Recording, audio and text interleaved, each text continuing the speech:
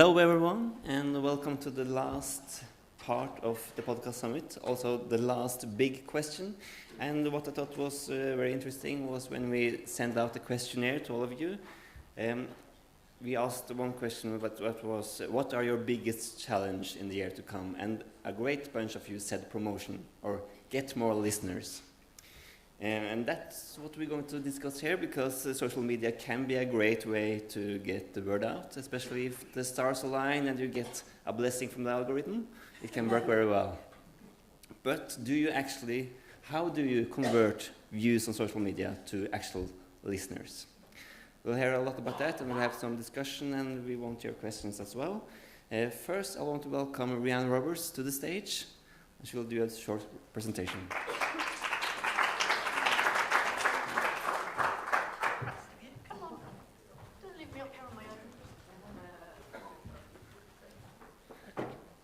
Yeah, also Chris and Leanne that will have a presentation after on.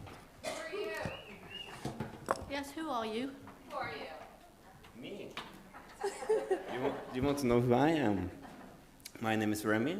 I'm in the program group in Radius Europe, but I also work in NRK in Norway, which will be the BBC of Norway, so to speak, the public broadcaster, where I work with podcasts in Trondheim and the central region of Norway. So that's me. And here's Rhiannon Roberts. Thank you very much. Woo! Has anyone ever seen a social media post and then gone straight away to listen to the podcast? Yeah. One person. Excellent. Okay. So I was just interested in whether anyone had any evidence as to whether social media ever converts into podcast listening. If anyone does, can you tell me after? Because I've been asking the question at the BBC for quite a while now. Can you show me evidence, apart from the number of views, that actually translates into podcast listening? And so far, zero evidence, okay? So that's where I'm starting from. The thing that does deliver the most listeners to podcast is talkability. That comes top of all the research that we do. So I guess the question then is, does social increase the chances of your pod being talked about? And then I think the answer depends on how good your social is and how you ensure it finds the audience you want and how representative of your pod it is. Because there is no point in making great social, but then the pod doesn't live up to it. The social media audience will just stay right on the social media platform that they love and where they first heard news of your podcast. There's a whole job I think it does do, which is around warming up brands, but then it all starts to get just a little bit fuzzy. You know, the social media team will tell you that they're warming up the audience on social media so that they can be ready to come and listen to your podcast. I hear that a lot. I think it does do a job. I think it does a job for legacy media. So if you're old school media like the BBC, but you're authentic on TikTok and Insta, then you do start to warm up the brand. I don't think you transfer straight away. I would say, and do say quite often at the BBC, that we have to be really careful of dad dancing. Do you have that expression where you dad dance? You know, we've done it we're really good at dad dancing, it turns out, at the BBC. So the job then is to make sure, obviously, that your socials are done by people who are native to those platforms, and that people who, maybe you find this with some of your podcasts or radio programs, people who really, really, really understand and love their editorial are quite often exactly the wrong people to do the social media. And that's quite a a conversation that I have relatively often. The other thing is about choosing really carefully where you're actually going to spend your money and your time, because doing social well is really expensive and rightly time consuming. So before you start, I would ask some serious questions about the podcast you're intending to feature. So who's the podcast for? Are the Desert Island Discs audience really going to appreciate the social? The ones I want to reach might, but there's no point reselling Desert Island Discs to an audience I know already enjoys it. I don't want to make them feel better about their choices. I know that they already enjoy Desert Island Discs, so that's not a good place to put my money. So who is it for? Can social actually reach them? can you afford it? And then can your presenter deliver it with any sort of authenticity? That's another kind of dad dancing question. Is your presenter convincing on social media platforms? If they're not, then it maybe you need to find a different approach. And then the other question, which takes me back to where I started, is what does success actually mean for you? What benchmarks are you giving your social media teams? And how are you going to make sure that you keep them to it? I think there's another thing where it can happen again in legacy media, where you have a social media team and they go and do the job for you over there, but you're not tracking it. You're not interested and involved enough in what actually success means. So I think have it close to you. I want to talk a little bit about radio broadcasts, because that's my background, I guess. I absolutely love publicity. I love promotion. Any chance of it around any of my podcasts, yes, please. And some of us work in an industry where if you're really lucky, you can have your podcast on your radio schedule. It's magnificently successful selling it to the same audience, and I'll take listeners from anywhere, but your numbers will always go up. I can't think of an exception to that. So the problem is having to change your lovely podcast because the radio station isn't comfortable with what it sounds like.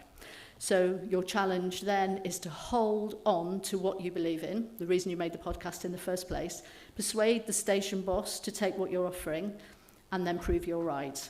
And it applies especially if you're putting in a long-running radio podcast onto the radio.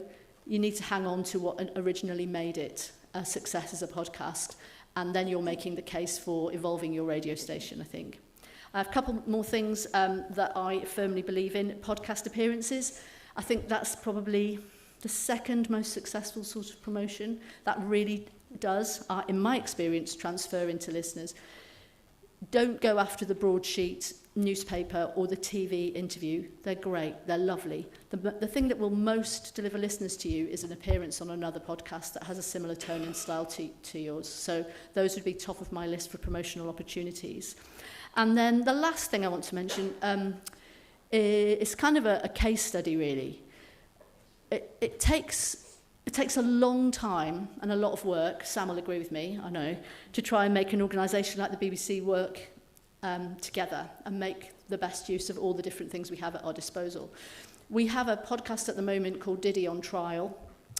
It's a podcast that a lot of the audience that are interested in Diddy don't quite believe the BBC is making. They go, the BBC is making that? Yes, we are. And the thing that does for our promotional opportunities is a particular audience wants that podcast. They want that news story. And they'll come into the BBC, and finally, we've got an onward journey for them. So you come in for a news story, which you don't really expect the BBC are going to do anyway, but you admire our journalism and you trust it. And then you stay with us for a podcast. The news journey to a podcast is quite an interesting one, because if you're interested in a news story, you're really, really interested in the news story. And that drives you through into consuming a podcast. So that's some of the things I've learned, I guess. Does social media actually convert into podcast downloads? Maybe, eventually. I haven't met anybody who knows for sure. And please do catch me afterwards if you know the answer to that question. Thank you.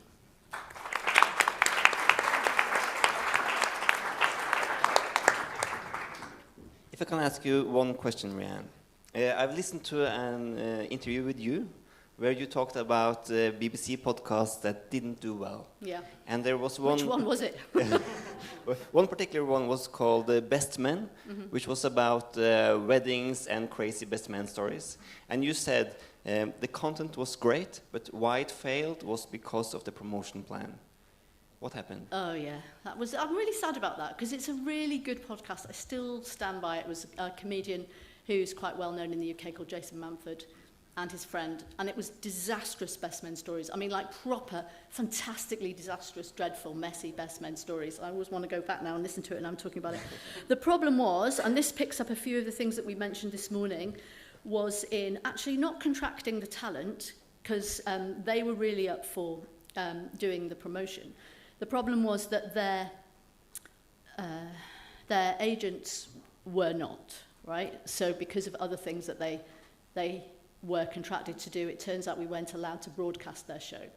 And the plan had always been to put it onto one of our radio networks and grow the audience. And so nobody found it. So it's just a podcast out there, which I really like, and some people really liked, but nobody found it because we couldn't get the presenters, not because they didn't want to, because contractually they couldn't, and we couldn't do what we wanted with the show. So yeah, I do recommend it. It's still out there. BBC Sounds. Great. Thank you so much, Fran.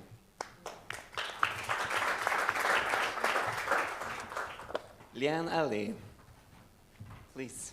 Thank you. Hello. So, does social media views actually convert into podcast downloads? Now, I'm going to talk about this from the perspective as someone who has worked in podcasting now for about 7 years. And so I have seen how social media has directly impacted kind of consumption patterns in the industry. And by that I mean making a podcast, say, in 2018, 2019 is very different to making a podcast now. So I like to describe, for me, the golden age of podcasting was like 2015 to 2020, because there were just so many shows, especially a lot of independent shows, that were discoverable. Like, you could just tweet a link to your podcast with maybe a picture of what you did in the studio that day, and people would actually go and listen. Like, that was actually a thing. And you can't really do that anymore to cut through. And that, I think, is because the way that we consume social media has changed. So now all of our social media platforms, excluding X, are visual first, and they are video first, not just static images. And so that means you have TikTok, which is video only. You have Instagram, which is now that prioritizes Reels. You have Facebook that also have Reels now, and you have YouTube that are also prioritizing Shorts. So there is now much more of a focus on short form content. This is what the algorithms for all these social media platforms, that's what they want you to feed it. And so that then has a direct impact on how we consume podcasts, because like we said earlier today, a lot of people are now just consuming the clips that they see online rather than going to the full-length show. And so I say all that to say, what I have learned is that social media converts into listenership to a certain extent, but what you have to do, and I say this from the perspective of individual podcasts that are trying to find an audience, not necessarily part of a network, because I think you need to have a different strategy for that, because you have other platforms that you can leverage for promotion. But what I think you need to do is get your podcast seen across as many different social media and digital platforms as possible. So what I mean by that is, depending on who your audience is, I think that's very important. You need to understand where on social media does your audience live. And I can say for almost every single age group, there will be a platform that is preferred. And so for the shows that I'm working on at the moment, our audiences probably skew more so from about 25 to 45. So for that, I'm primarily looking at Instagram, TikTok, and YouTube. And so for that, we need short form content. And so TikTok is great because you can find an audience no matter what, and the more you feed the algorithm, so the more that you post, from what I have found, the more it will serve your content to people. Because the thing about TikTok is that you put a clip out, and even if you have 0 followers, it will still go to people, and the more people click on it, either like it, comment, engage, save, share, that will then go to more people, because the algorithm can see that people are engaging with it. And so I say TikTok is a really great place to build an audience from scratch if you don't have any audience. Instagram is kind of similar, but the way that you reach audience is slightly different. And the other thing that they are also prioritizing on the app at the moment is photo dumps. So you can now do up to 20 photos on a photo carousel. That's a really great way to tell a story. You can tell a story with clips. You can tell a story with photos. That is another thing that the algorithm is really liking at the moment. And I think Instagram is a really great place to consolidate your audience, especially if you utilize collab posts. I found that to be very, very effective, especially if you're working with talent, or if you want to work with or find like-minded pages or organizations. So a really great example. This is not a real life example, but this is just something that I have thought of. We have this thing in the UK called Huns. It's like, there's a whole, Hun culture is like a whole thing. It's like a certain type of women in the UK. And there are kind of pages around that. This is kind of very niche, very zeitgeisty. If any of those pages kind of like post organically about kind of stuff that's going on in pop culture, it gets a lot of engagement. So kind of find those adjacent pages. I think another example is TV shows that have fan pages, things like that. Find those pages that have adjacent pages that you can collab with. And then also utilize the shorts on YouTube, because these are all places where you can find and build your audience. What I will say about social media is you can only go so far with organic reach, even if you do have a talent who is high profile that does have a lot of followers. Because what you want to do is kind of build your audience bases, because I'd say your A audience is usually people that are a fan of the host if you're doing something talent-led, but you need to find kind of your B and C audiences, so people that may not be fans of the host but are interested in the subject matter, and maybe people who are kind of not interested in neither but have an interest in podcast or the guest that is on, for example. And so you can do that through paid promotion. I think a really great way to leverage that is the paid pre-rolls on YouTube before other podcasts. So again, identifying other similar shows that could have similar audiences. And also collab posts with guests that come onto shows and other organisations. Because for me, even personally, that's a lot of the way that I even discover other shows. If I'm following someone and they've gone on another show that I've never heard of, that makes me more aware of the show. Again, does it directly result in listenership? Not necessarily, but I think my takeaway from all of this is the more places you can be online, especially, it really encourages the audience to then recognise the podcast, to then eventually go and listen to it at some point. You can't necessarily say when or how, but that's the idea. And then I also just wanted to touch on quickly kind of social versus kind of traditional media and press. And I don't know if anybody else has a different kind of perspective on this, but I have found in the last year, this is different to say even just 2 years ago, but what I found in the last year, that kind of traditional press does not convert to listenership at all. Like, I've invested a lot of money in just like paid press over the last year, and it just hasn't worked. And so I'll give a couple of examples. So we worked with Spotify as a launch partner for one of our shows last year, and they had us featured on platform. We had the billboard in Leicester Square. It didn't really do anything. Didn't really do anything for listenership. These are really great like tentpole moments to show to brands and just to be really proud of, but it didn't actually convert into listenership at all, which you would have thought of on paper, but again, people find things and are more active and native online. And so I think it's the online space where you have to try and be everywhere. So that being everywhere is on TikTok, on Instagram, on YouTube, but also on other podcasts and on their clips, on the podcast platforms being served as recommended shows. And then if you want to talk about TV, traditional media as well, this is Jill Halfpenny. I've currently got a show out with her. She is an actress in the UK. Last week she was on Loose Women, which is, I would say, like the biggest morning show, specifically for women in the UK. And I was tracking the data, looking at if there was going to be an uplift in listenership for the podcast on that day. And it only actually resulted in 300 listens. But what it did result in is that the 3 episodes that had come out most recently, they had that 300 was kind of like split across those. So that tells me at least people are coming in and listening to more than one episode. So there is a little bit of audience retention then. But again, I'm just not seeing the results from traditional media like I did literally a couple years ago compared to now. So my takeaway would be is investing in paid social media alongside organic, and being in as many places as possible is what you should look at online.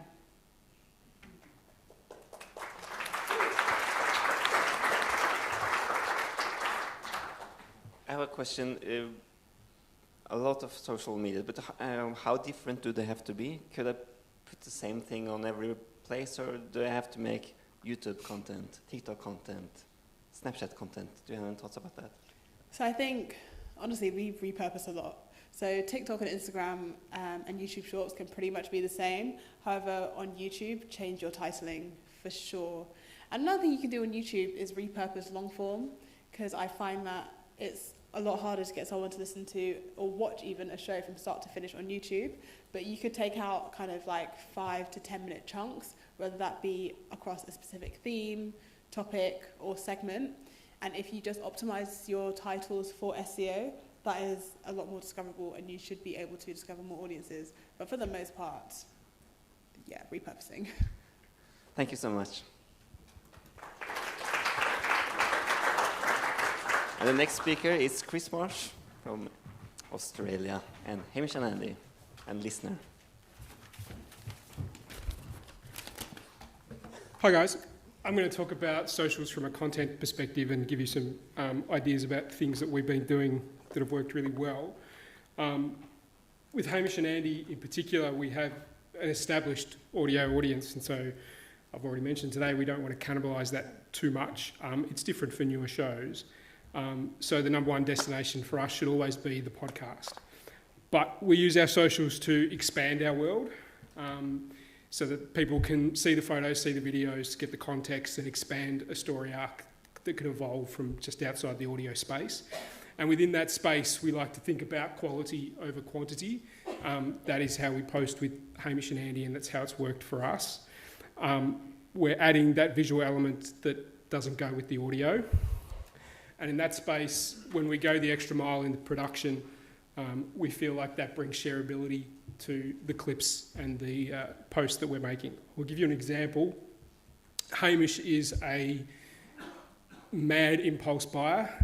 He succumbs to the Instagram ad algorithm a lot and buys a lot of things that get fed to him in his Instagram feed. One of those last year was a pair of AI robot-controlled shoes that allow him to walk faster than a normal human should.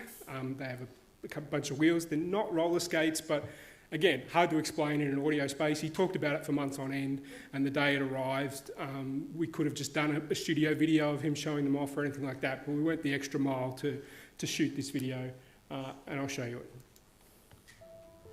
Why is he moving so fast while appearing to only be walking?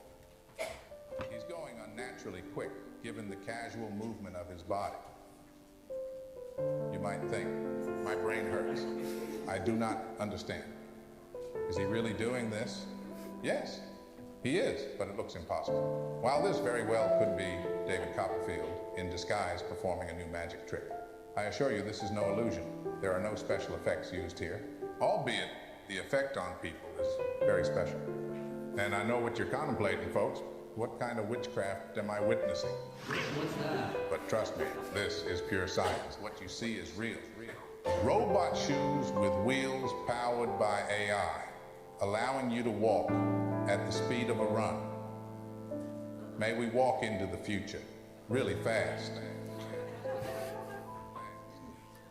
So just going the extra mile in a bit of thought about the production. I mean, really, I know that it didn't take them that long. They shot that literally downstairs at the shopping centre while he went to get lunch during the break from recording. But a bit of production, some music, some fake AI Morgan Freeman, and you get a shareable video. They've got a few million shares on the various platforms. We also believe that a great trailer, not just for a series, but even for an episode, can be great to really sell the idea of a podcast.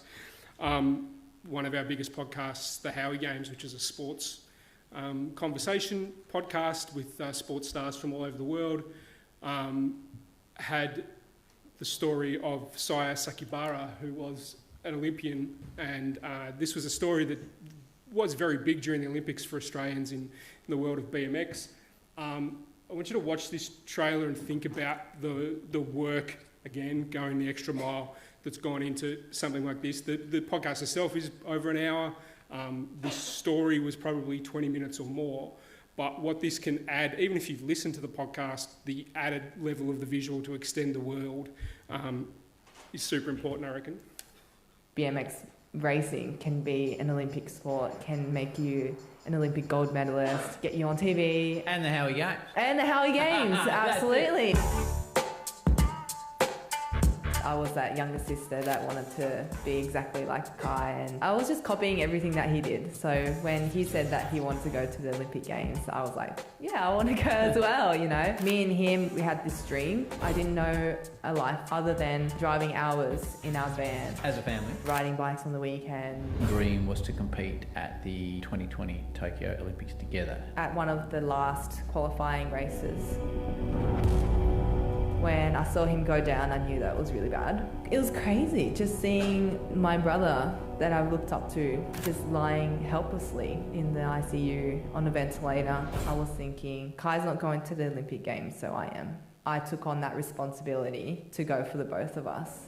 So semi-final in Tokyo. I just couldn't believe that it was my Olympic dream was over. It started this manifestation of fear. I was literally fearing for my life while I was racing. I talked to my manager that I was going to quit, but it was my heart that started to say, you're not done.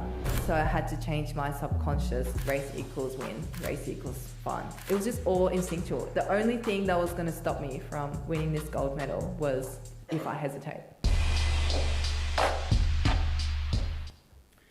And if you know the story, she didn't lose a race. She went on in Paris to absolutely dominate and win the gold medal in every race she was in. But the sort of work that goes into producing a trailer like that, for me, it makes me want to go and watch the episode. But I agree, a lot of effort and a lot of time and a lot of resource goes into something like that. But it can extend the world of the podcast beyond the boundaries of the audio.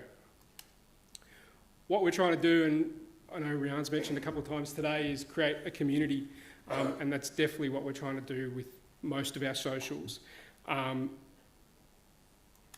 We think of it kind of, a lot of talk about Patreon. It's not something as a paid company we've done a lot of, but it's kind of the same idea. It's creating that Patreon community, but for free. Maybe we should be monetising it.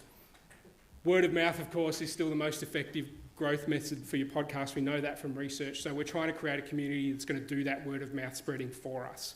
And we think about it in different ways. So we've created Reddit forums, AMAs for our crime show investigators to go on, because we know that the audience wants to talk about their own theories and wants to extend the world of what they've heard in the episode. So we do that. We facilitate those sorts of chats in our Instagram comments and are very active in facilitating those sorts of things. Our Instagram DMs we use for a lot of shows. And for most of our shows, we encourage our audiences to be part of the show, and we use DMs and voicemails in DMs to be played back in the show quite a lot. So creating that kind of 360 look and feedback from our audience helps create that community and give them ownership over a show as well. Behind the scenes, we talked about that as well with Patreon, but we subscribe to that a lot for our podcast as well. Hollywood do it very well with giving you the behind the scenes of how they make this thing, and I think our biggest podcast fans are super interested in that as well. We even have an entire account called Life at Listener, which is an Instagram account just about behind the scenes life at the company. Some of it's meme posting and shit posting and getting on trends that are going around, but it's also giving behind the scenes looks at all of the things and trying to create a community just around Listener and our full suite of products as well. But I'll give you an idea of some of the behind the scenes stuff that we might do. We made a crime fiction podcast, so it was a fully cast fiction, but set in a true crime world in Western Sydney. And one of the ways we looked to promote it was giving a behind the scenes look at making the soundtrack.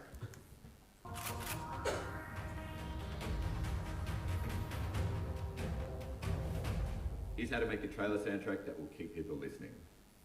Firstly, we've got to start off with something that will grab their attention. The murder of crime kingpin Arun Haq has sparked fears of an impending gangland war in Sydney suburbs. Silence will always prick the ear up as well, just as much as any big sounds that you want to put in there. It's usually helpful to do something unexpected after that. So you would expect it to go into a big boom or something like that, but we've gone...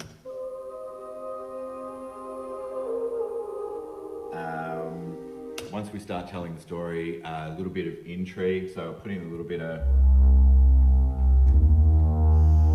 that sort of vibe, starting to build up the beat. Break it back down to nothing before you bring it back up to the big finale. Bring those drums up as you go.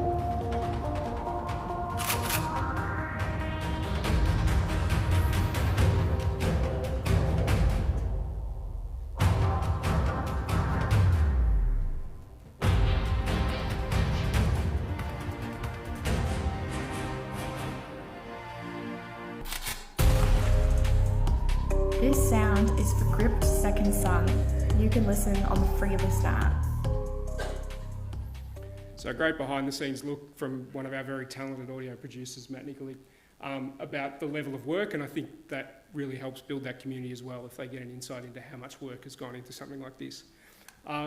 Also think outside the box to meet an audience where they are. We made a kids fiction podcast about a series of dog detectives who worked in Dogland or Dogtown, I think it was.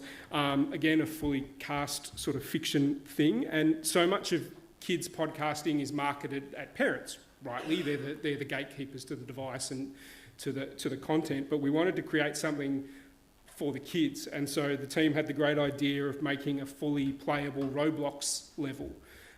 So they built the town from the podcast in Roblox, and then we marketed that so kids could go around, play the characters, get to know the characters. It had voice actors from the podcast within it, in this totally playable Roblox world that I still don't fully understand, but my nieces and nephews do. So it's thinking about creative places that you can market your pod outside of the traditional socials and the big algorithms. And as Rhian mentioned, the most powerful one is cross-promo, especially in a big network.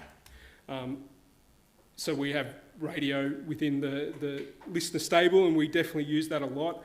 The Triple M network is a sports-focused radio network that has all of our sports rights, but we use that smartly to a lot of cross-promo with our sports podcasts, and even cross-posting on socials. So the Triple M football accounts or the Triple M cricket accounts that are very active during their seasons will repost content and repurpose content from our sports podcasts that are, as we talked about before, relevant. So relevance is the key to effectiveness there. Is if this is relevant to that audience, then we can pick up some listeners. We also have a good strategy with articles. So we found writing articles for people who want a text-based interface, perhaps on Facebook or something like that. We can write an article that hosts on an internal website on Listener, and we can embed a clip from the podcast, embed the podcast in it, and they can click straight away, having read the article or the headline that got them into click in the first place, and then that click automatically attributes to our listeners on that podcast. What else was I going to say?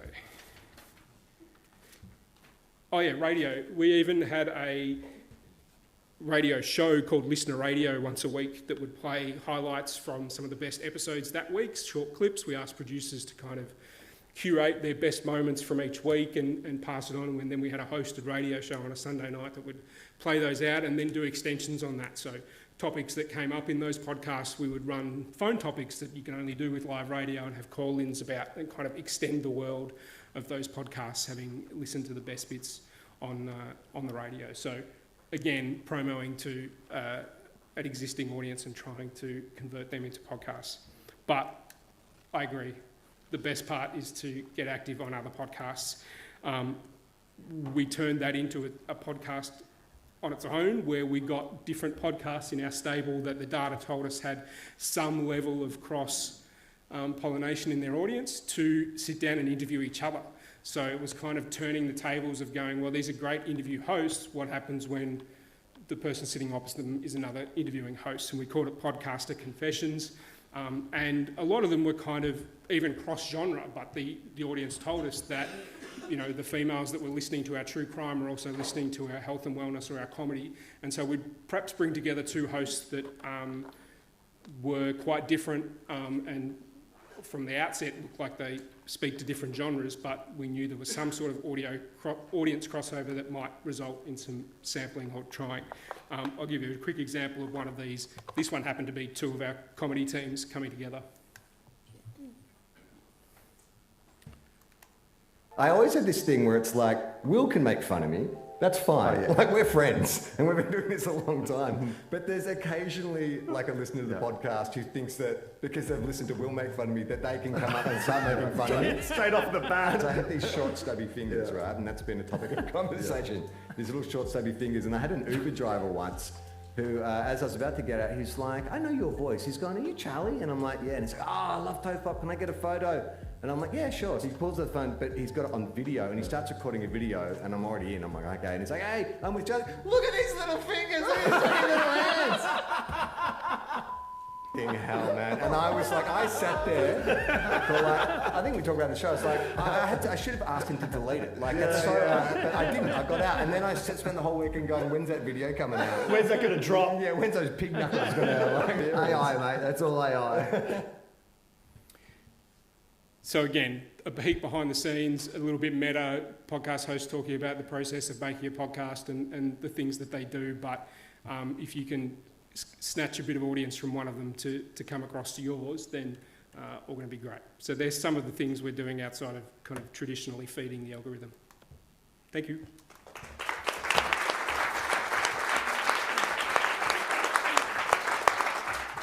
Thanks, Chris. And as we talked about earlier, social media work is also work. But you said the Hamish and Andy video was very easy to make. But how many?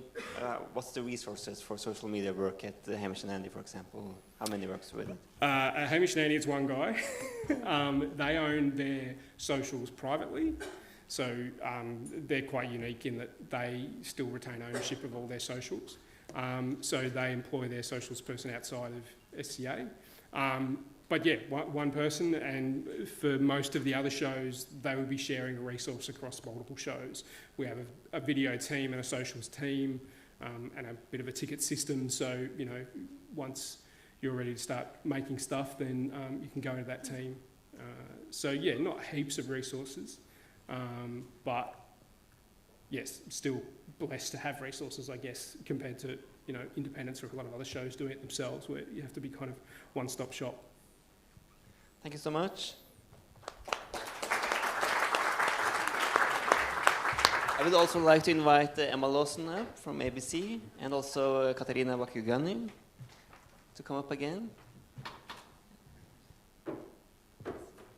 And Katarina, I would actually like to ask you a question first. Maybe we can have the mic there. There will be a mic here. Katarina, because you work for Alter Ego and also your own company, Melon. Right. It's a smaller company, and we just talked about having a big social media crew or something, or at least one guy working with something. But how do you do it with a small company, and what has worked for you? Right. Sorry, I was just checking my phone because my social media team sent me some statistics I want to share with you guys. So interestingly enough, we have been focusing more on social media with a smaller company than the big media group. I think part of it is because when you're part of a big media group, you think that things will grow organically, and they do. Whereas when you're a small production company, you want to give it your all. Yeah, obviously cross-promoting and word of mouth has worked for us. We have a podcast that we did 3 years ago, a crime podcast, and it's just growing and growing and growing, and people will still talk about it, word of mouth, rather than something that we did more recently. But having said that, for word of mouth, my social media team thinks that social media actually work. And at times they will show me the graph, like when we pay for ads, they will show me how there's a spike because we invested in advertising. And from their data, it's a 20 to 30% increase every time. But you have to have engaging content as well in your posts. like we just saw with Chris and what they're doing. I mean, it's just not going to do it, putting your cover up there and say, please listen. Nobody will do that. So we do try to invest in, like a graphic designer and have that engaging content. And what I tell brands when they want to do a podcast or a podcast episode, as I shared with you guys, is they have to invest in marketing their episode. For a brand, for example, I would suggest as much money as they put in the production, they have to put in putting it out, because otherwise nobody will care. Emma Lawson, you work for ABC, and your work is visualizing audio. When a podcast knocks on your door and tells about the podcast, what are you looking for when you think about social media strategy and what's video work? I'm just going to pick up on the actual question, like, does it engage on clips first, and I'll come to that. So one of the TikTok accounts that they built at the ABC was built around nostalgia for Gen Z kids to try and get them back. This is talking specifically about TV, but it works because they were putting up old clips of TV shows that kids watched, like we watched when we were 6 and to 10, and those shows still live on ABC iView. And because they were able to measure and see after they dropped a clip, Dance Academy, or I'm trying to think, really big Australian kids, Round the Twist, does anybody, I don't know if you guys had it, wrong, but woo, over there. And they were able to see that it was being watched again. Because once it had dropped on social media. It's hard to measure with podcasts because obviously people could be hearing from word of mouth, and we know click rate through, people don't, Instagram and TikTok aren't designed to leave, so you get really captured in it. That's why it's hard to measure if they are leaving. But with these examples, we were able to see that it did actually relate to clicking on to watching these old videos. So I'm sure that same information can bleed through with podcasting as well. I know it's TV, but it's an example of like how it can definitely work, at least with like build up that word of mouth to remember like how to do it again and go watch Round the Twist, a 90s show, which obviously nobody was watching before that. What was the rest of the question? I'm so sorry. Yeah. But what works then? What does work? Yeah, what does work? I think what I see a lot of with podcast content, I worked in TikTok for 7 years. Everyone's like, oh, you can do 1.5 minutes on there now. Nobody wants to watch that, sorry. You still need to make the content really short and snappy. Make it around 40 seconds, 30 to 40 seconds. Because as soon as you get bored, people are going to leave. You're just going to drop off like that because there's another great rug cleaning video afterwards or something. So you need to constantly be feeding them bits that people are going to watch. That's like the best tips, I think, for making vertical video, is make it, like when you're watching it, just be like, what else can I take out of it constantly? Oh, that moment's in there. Does it need to be in there at all? And just cut everything out of it. Really make it short and dynamic and use cut in and outs. Like I watched, I remember seeing on TikTok the video of Hamish walking in the shoes. And I was like, this is the best video I've ever seen. Like, it's amazing, right? So you just need to make it more engaging. You can't just think people are going to watch it the whole way through. Unfortunately, you need to make it really dynamic. Great. Do we have any questions from the audience? I just wanted to come back to you. Is that all right? Yeah. Am I all right? Sorry. I see. I wonder about that because the edit that you do for social is so different from the edit you do for a podcast. And the whole kind of bait and switch thing, I think, is an issue. You know, you kind of go, here's my socials, and then come and spend some time with me on my podcast. And I think in some ways you're fighting yourself. I just think it's an interesting tension. The whole thing's an interesting tension.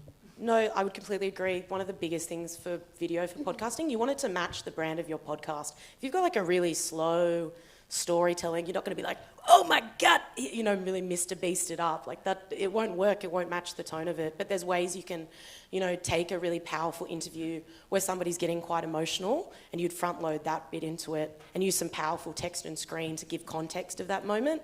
So you don't need the full hour, you know, you can take the uplift to strong bit. Yeah. I would say, yeah, always match your podcast. You don't want it not feeling right. Yeah, but no, but yeah, but yeah, no. But no, but yeah. Yeah, but nah, but yeah. Thank you. Hi, I'm Marcio from the Portuguese Podcast Festival, and I did watch Round the Twist for some reason. It was popular in Portugal when I was a kid. So I, no pun intended, but there's also a meta question here about the nature of social media platforms at the moment, because everyone is engaging with them differently, and every day they become a different thing. People are leaving one, people are joining another one. So Blue Sky is kind of the Schrodinger's platform, because everyone is leaving Twitter to go there, but then no one is there anyway. So TikTok, we're working a little bit expecting the gods of algorithm to respect us. So where to turn? Everyone is a little bit challenged by, you can have the strategy, but you need to know what the rules are of the game. And I'm not sure we all know what the rules are at the moment and what they will be tomorrow. I would say one of the first things you should look at is who your audience is, what demographics they are, and where did they live online. And whether it's for a specific show, if it's for a specific show, you can look at similar shows and look at where their audiences are online to give you some guidance. I think that's what you should look at first, is audience. I don't know if anybody else has thoughts. So on TikTok at the moment, I don't know if it's available in every country though, so really apologies if that's not the case. They have things called creator search insights, and that's a really great way to get more out of your video.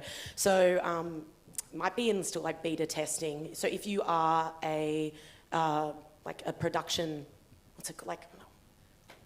What am I trying to say? Not a creator account, like a business account. So you can put in creator insights and you can see search terms that are trending at the moment. So you search term that could be trending. It was recently Mardi Gras Festival in Australia, in Sydney. So we could create content and then tag it through the creator search insight, it as Mardi Gras, and that's fed to audiences that are trying to look up content for Mardi Gras. So it's almost like a double SEO, and we've found that that has absolutely changed everything for us on TikTok, and it's really improved it getting to the right audience as well. So it's a little tip, if it's available, play into that. Any more questions? Creator search insight. CSI, like the TV show. I would have a question. Hi, I'm Laura, audio team lead from DW, which is Germany's international broadcaster. And I would like to know whether you or anyone in the room has good or bad experiences with full-length video podcasts on TikTok. Anyone wants to answer? Emma, when you work with visualizing audio, do you ever visualize the entire podcast? I do for YouTube. I think I've heard from other people saying it has worked for them. I haven't given it a go on anything. None of our platforms are set up for that. So I think you need to look at like, what is your TikTok channel and what is its goals, and like if that matches with what you're trying to do. Like if it's your own podcast, so for us at the ABC, each TikTok isn't, like a podcast doesn't have its own TikTok. So I think if it was its own, that would be really much easier to experiment with, but we don't have our own one, so I haven't got to play around with that yet. But they, allegedly, the people are saying it's good, but I'll see it, I'll see it when I believe it. I mean, I think things change so quickly, right? And it's so hard to keep up with all of it. And I do not pity some of the social teams, driving themselves insane with what's the algorithm doing now and what decisions are being made now at a content level. I think for us, the first principle we always come back to is the content good, right? Have we put the effort into the content? And then if that's the case, then how versatile is it? Like, platform doesn't really matter as long as we can present it in both widescreen and vertical. The content should be the thing that travels. That's the hope. Whether that works and the algorithm doesn't like us, that's a whole other matter, and we're constantly, pedaling that bike to try and keep up with where it's heading next. Any other questions? I have a small one while we wait. We have heard a lot of, in the US, you have to be visual to have success as a podcast. At least I've heard that several times. Does that apply to any other countries, or is it just the US? You have to be visual to be a success as a podcast. All the 20 biggest podcasts in the US has a visual side, sorry. That's the entire episode. Do you mean full visual, as in the whole episode, as in the Joe Rogan experience sort of thing? Yeah. It was certainly not the case for us. We've never put full episodes of Hamish and Andy. The number 2 podcast in Australia, Case File, has an anonymous host. So people don't even know who that person is and has never put a video up. So, good audio can win, absolutely. I can't think of many podcasts in Australia that are setting the world alight that are full video podcasts yet. I would just say to that, I think you need to have visuals to be discoverable now, especially with the way that social media platforms prioritize visual, the way that Spotify now prioritizes visual, but I don't think you need to put out the whole episode. I would even actually suggest monetizing that in a different way. For example, putting a full-length edit on Patreon. So I don't think it's 1,000% needed to be successful, depending on what that looks like, but I do think you need it to be discoverable. Thanks. Any other questions? Oh, Katarina? Can I just say, for Greece, I think what's interesting, and I don't know if it's happened or if it's applicable in other countries, we haven't made them visual yet. You know, the Spotify where you can see the whole episode. Nobody has done that yet. But what has happened is a lot of YouTubers tried podcasting. And in the beginning, like maybe 2 or 3 years ago, that was the beginning for us, or 4 years ago. And what was interesting is they didn't do as well in the charts for podcasts. So you had YouTubers with 100,000 views, or even more, and they weren't even on the charts. So I think that would caution us to try to do audio and video, the same product. You have to decide what you do first. I wanted to add also, in this ecosystem, this is a callback to something Chris mentioned before, but these ghost podcasts, a lot of folks like on TikTok or on different like social video platforms are using like podcast kind of props to do like credibility hacking. So it makes it look like they've been invited somewhere, that they're like an important person, that their voice kind of matters to say whatever they're saying, but like something else to look out for in the ecosystem nowadays. What else?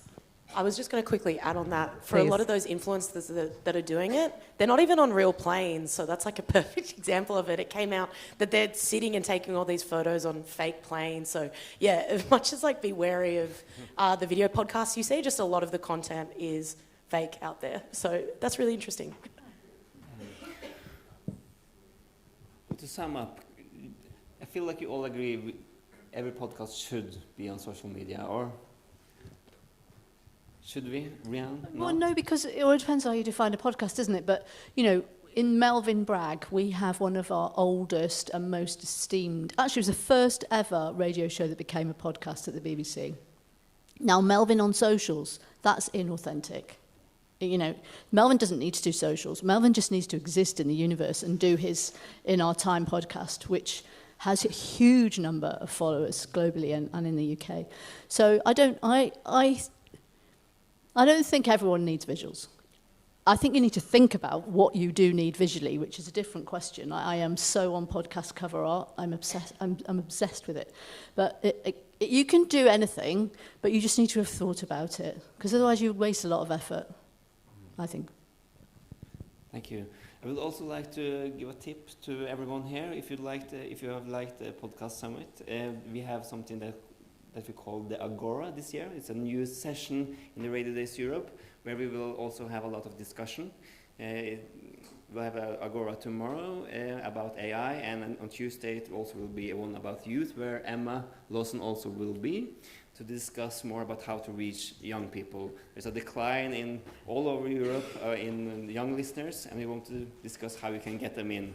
Social media is one way, and I also want to ask there a little bit more, should we do all the things we want to do to get the young people in? Should we be on TikTok? Should we be on Roblox, for example? So we'll be discussing that at the Agora, and we'd really like to see a lot of you people there. Sam, would you like to come up? Yeah, we'll do. And I'll just say first, thank you so much, everyone in the panel. A round of applause.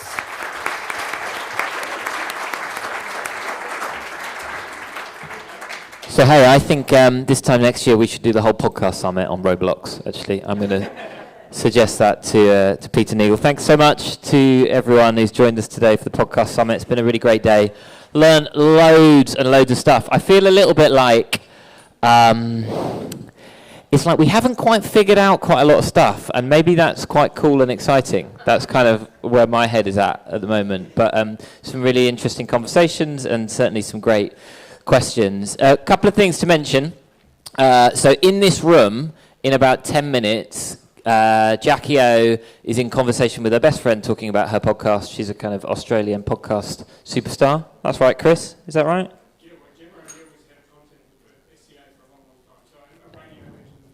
A radio legend as well. So that's happening in here in about 10 minutes. There is also a Greek broadcasting legend whose name I can't pronounce. I don't know if anyone is here can tell me what his name is. That one. He is in MC3. So if you're looking for that room, that's in MC3. And then the networking drinks are happening up in the exhibition centre, and they'll be going on until 6 o'clock this evening. And then people free to go off and do whatever they want and do their own thing. There's obviously loads more podcasting stuff happening throughout Radio Days. I've got a few sessions coming up in the next couple of days. Sarah's got a few. Remy's got a few. Lots of interesting stuff. Download the Swapcard app. That is the thing to do if you want to find out what's going on at Radio Days. It's also a really good way to connect with different people. And actually, on the Swapcard app, you can rate all of the sessions. So if you've got the Swapcard app already, you can go onto it now and you can say how brilliant this session was, or otherwise, depending on what you thought. But you can let us know what you thought of all of the sessions at Radio Days on the app really easily. And we do genuinely talk about it and think about what people think for the next Radio Days, wherever and whenever that is. Big thank you to all of our speakers today, to Chris, to Leanne, to Rian, to Emma, to Barry, and to Katerina. Thank you.